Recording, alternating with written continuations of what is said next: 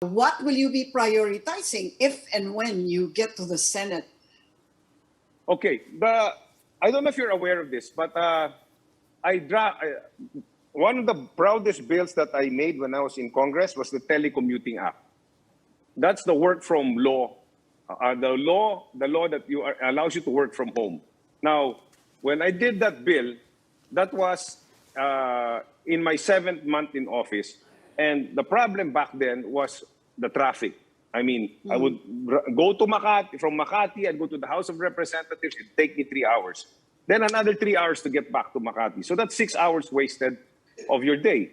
Now, when I drafted that bill and it became a law, I didn't realize that we would have a global pandemic, and this law now allows the workforce of the Philippines to earn a living despite being at home. Now, my number one bill that I want to do as soon, well, if I make it, I don't know, if I make the magic 12, is to take care of our health workers. People say our health workers are our heroes. They say they saved a lot of people during these 21 months of pandemic. But I look at them and I feel like they're underappreciated. So the first thing I want to do is draft a bill that allows the health workers, PRC licensed medical workers, okay? Nurses, medtechs, radtechs, all of them are leaving. The other day, I was listening to some doctors and 50 nurses just left from this hospital to go abroad. And I understand why. So what I want to do is bridge the gap, maybe, well, not bridge the gap, but make the gap closer to the salaries that they get internationally in the States, in Europe, in Australia, in Saudi, or wherever they are in the world. Make the gap closer and give them the Healthcare Heroes Card. This Healthcare Heroes Card will allow them to have the same benefits that PWDs get and senior citizens get, and maybe our nurses will not leave the country and take care of foreigners. They'll stay here and take care of us, the Filipinos, that we need taking care. We need them to take care of us. Okay, so hopefully, when I propose this bill, there's no opposition, and our nurses will maybe think twice of leaving the country and say, dito na lang ako, I'll be with my family, I'll be with my children, than them leaving the country and taking care of foreigners. Okay? The second bill I want to do, very few people know, I was born in Manila, I was raised in Negros Occidental. I am really, by heart, a provinciano.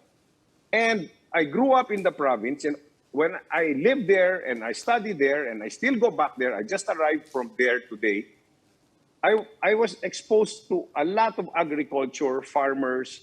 It's just all sugar canes and rice and everything. So, you know, I spoke to the farmers there. I went to do dialogues with them. I sat down with them for hours, discussed with them what they need, discussed with them what government can give them. And a lot of them, sad to say, don't understand the laws of agriculture because it's so highfalutin.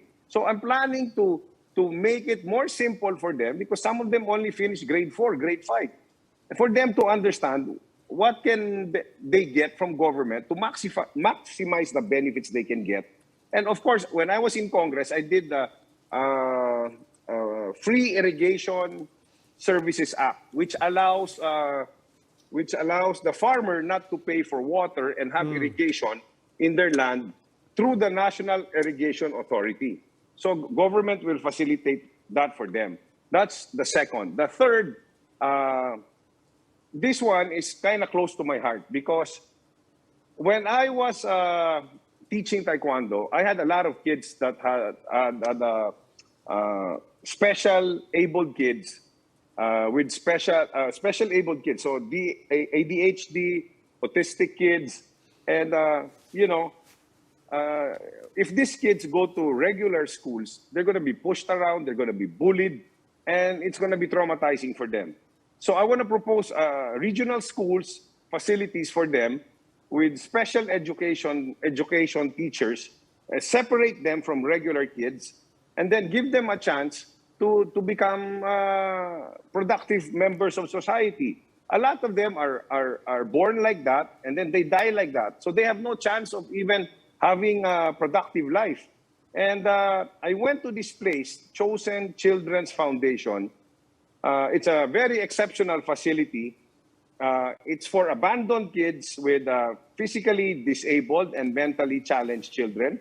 And they're taking care, this is a private institution, they're taking care of a lot of children like that. And a lot of parents don't know what to do with when they have kids like that. So if the government has means to take care of them and give them a chance to a better life, I want to push that also. Okay, these are the top three. And then the last one, of course, everybody knows I'm an athlete. I went to the SEA Games, Asian Games, World Games. I became a national coach, a national trainer, became a sports leader. The athletes, I will definitely take care of them because they're close to my heart. Because once upon a time, I was like them. I represented the country and fought for my country in 1982 to 1989. So the athlete's life was my life, and it's very close to my heart. And Okay. I do have other more bills, but these are the top four that I want to push the first, if I make it in this challenge, in this race. Mr. Del Rosario, And then, yes. Can you be more specific? Kasi as you mentioned, you became prominent in athletics. And we just had a gold medalist for the first time in history. And ano kaya, by way of legislation, what can we do by way of legislation to develop more Olympic gold medalists? Okay, that's a nice question. Thank you, Ma'am Ami. People think there's no money for funding sports. I do believe that there is. It's just not probably being spent properly or spent on the right programs or on the right preparation. But I want to incentivize these athletes. Like when I led the national team, about 300 athletes or 350 athletes for 3 weeks in a foreign country, I spoke to the Philippine Sports Commission chairman and I said, let's give our athletes a premio. Na if they win a bronze medal, they get 500,000 pesos. They win a silver medal, we give them 1 million pesos. They win a gold, we give them 2 million. And he was saying to me, Monsour, what do you think are our chances? I said, the most we can get is probably 5 to 6 medals because we're going up against 63 countries. But when I got there, I really took care of them. I mean, really hands-on. And when we came back after 3 weeks, we broke the national record of 5 medals for the past 30 years. I brought home with these athletes 30 medals, 2 bronze, 14 silvers, and 14 golds. And the chairman was saying, you said only 6. Now I have to spend this much money to give them incentives for parang prize money. I said, it's a good problem. Now they're going to be ganado to train, ganado to represent the country because I never had that. I brought home so many medals, nothing, zero. Congressman, Okay, then By way of legislation, anong pwedeng gawin? By way of legislation. well, yes. Well, that one I'm gonna fix that. By legislation, I wanna give them a retirement fund. In other countries, when athletes retire, when depending on what medals they win, gold, silver, bronze, they're given a pension every month.